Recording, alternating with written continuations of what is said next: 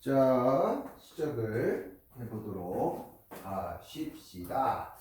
자, 우리 교재의 17페이지인가요?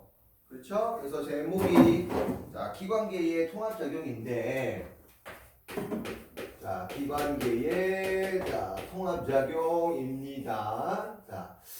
여기는 사실은 그냥 대충 툭툭툭 하고 넘어가는 경우도 많은데, 막상 문제를 보면 디테일하게 뭐가 좀 아는 게 훨씬 더 편하거든요. 그래서 뭐 방학 때도 했지만 어쨌건 다 기억이 나면 땡큐. 그래서 다시 한번 천천히 설명을 해보도록 하십시다. 나 좀 어두운 거 같냐? 자, 첫 번째로 우리 뭐 할 거냐면, 첫 번째로 소화 과정, 그 다음에 흡수 과정, 이런 거 디테일하게 공부합시다. 자, 내가 밥을 먹었어. 밥을 먹으면 음식물이 지나는 곳은 대부분 다 소화계라고 부르죠. 소화기관계 줄임말. 그러면 소화계 중에 우리가 입, 위, 소장, 대장, 이게 대부분 이제 음식물이 지나는 길인데, 이거를 제외하고 뭐 간도 소화기관이고요. 그 다음에 뭐 이자, 췌장이라 불리는 이자도 우리가 소화계라고 부릅니다. 그래서 소화 과정은 살짝 다루는 게 좋고,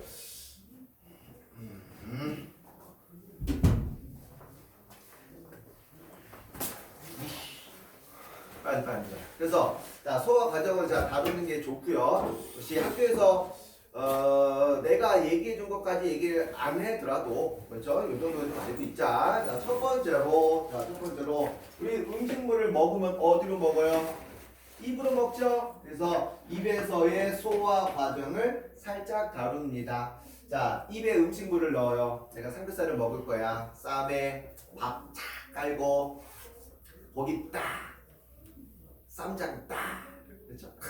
그러면은 우리가 방금 뭐 먹은 거에 탄수화물, 단백질, 지방 다 들어있죠. 근데 그 중에서 입에서 소화되는 과정은 씹는 것도 물론 소화긴 하지만 우리가 소화 효소만 기억을 좀 하시면 뭐만 분해가 되냐면 녹말만 분해가 됩니다. 그렇죠? 녹말이 분해가 되면 조금 작은 녹말 형태를 우리가 뭐라 부르냐?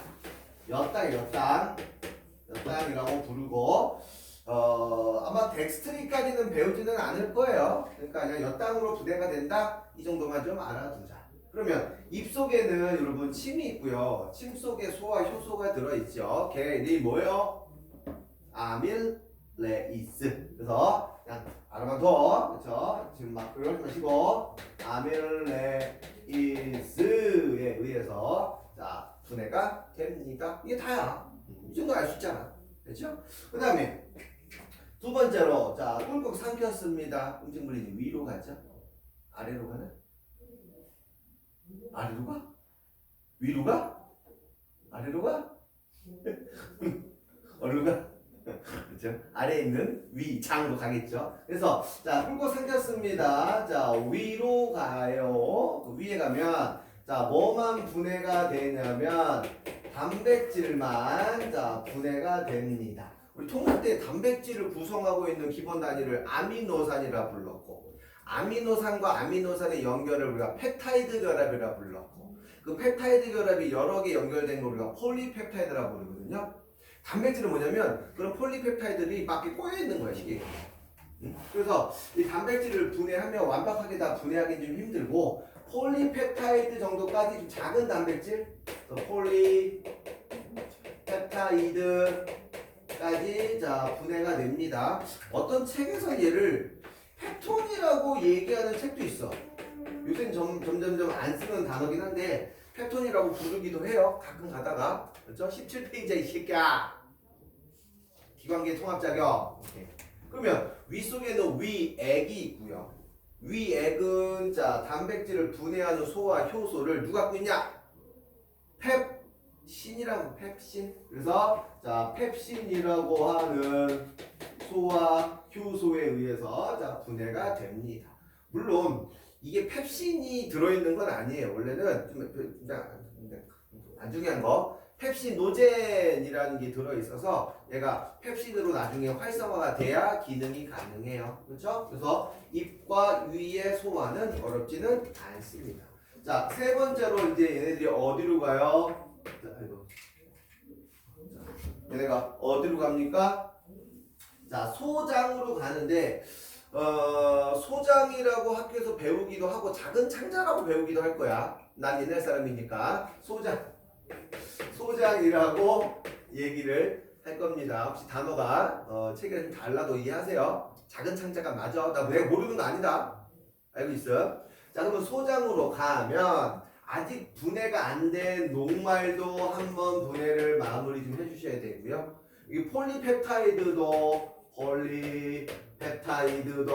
자, 분해를 시켜야 되고요. 아직 한 번도 분해가 안 된 게 누굽니까? 지방도 분해를 해야 됩니다. 오케이? 그래서 녹말도 분해하고 폴리펩타이드도 분해하고 자, 지방도 분해를 할 거야. 자, 다시 한번 녹말이 입에서 다 분해되지 않습니다. 근데 대부분 씹다 삼키죠? 불면 안 돼? 알았죠? 아, 너는 뭐 봤어?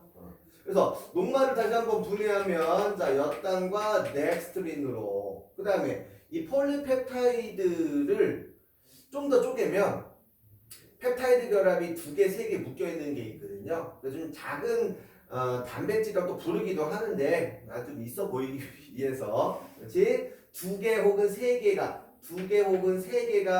묶여있는 펩타이드 자라고 할게요. 그렇죠? 2개면 다이펩타이드라 부르고요. 3개면 트라이펩타이드라 부릅니다. 오케이.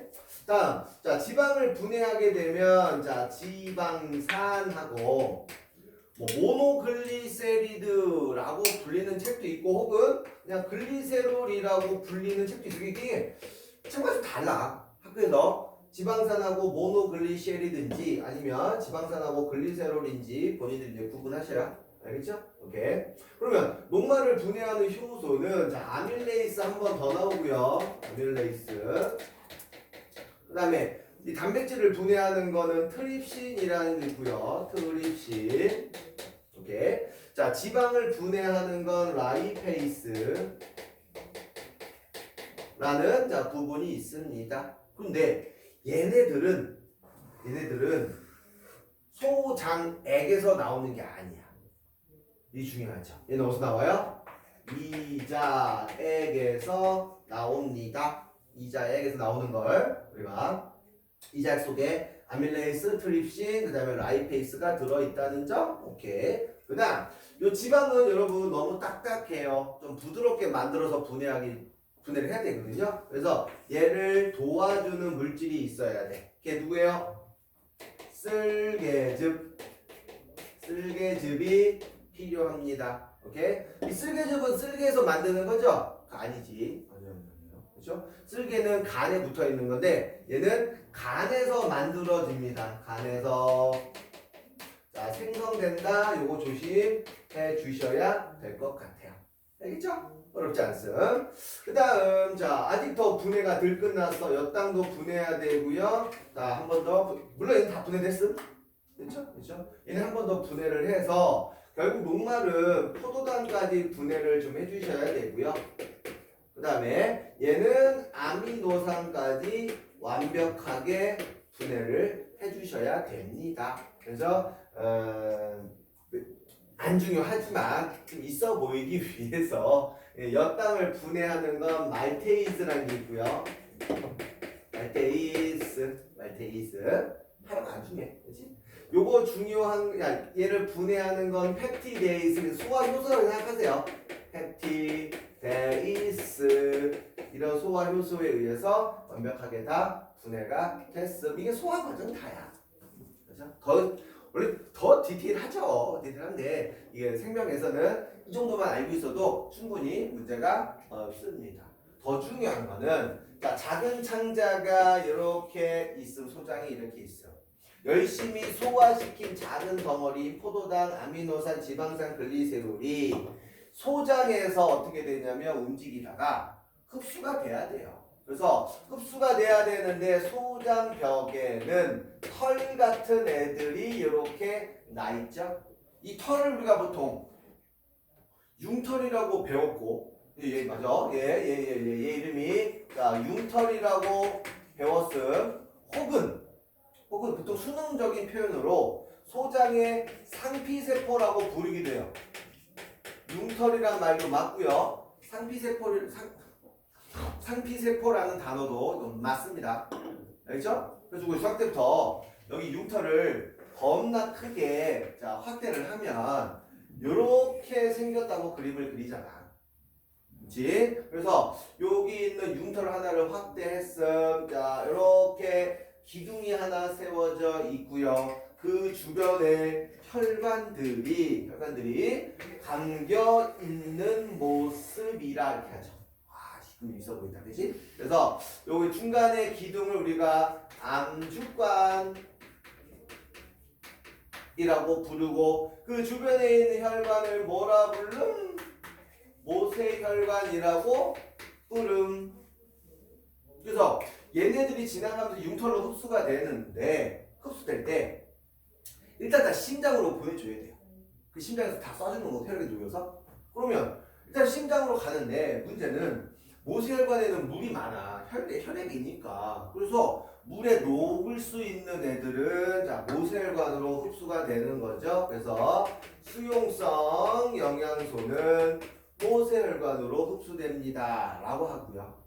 암주관으로 흡수되는 애들은 조금 기름 성분, 물에 안 녹는 성분 해가지고 지용성 자 영양소가 흡수됩니다. 자 우리 배운 것 중에서 포도당하고 아미노산이 이게 수용성 영양소고 지방산하고 글리세롤이 우리가 지용성 영양소를 하는데 수능에서 원래 매번 나왔다는 게 있어. 이 지방산하고 모노글리세리드는 얘네 두 개는 흡수되자마자 뭘로 바뀌냐면 다시 지방으로 합쳐진다는 것만 조심하세요. 그래서 실제로는 암주간으로 이동하는 거는 지방산하고 모노글리세리드가 아니라 지방이 운반되는 거야. 말 흐름 이해돼요? 나머지 상관없어. 포도당 아미노산은 모세혈관 타고 심장으로 가고요. 지방산하고 글리세롤은 흡수되자마자 지방으로 합쳐진 다음에 암주가를 타고 심장으로 간다. 알죠? 조금 더 디테일하고 얘기하면 심장이 이렇게 있다고 합시다. 누가 봐도 심장이잖아. My heart. 그렇죠? 심장 소리.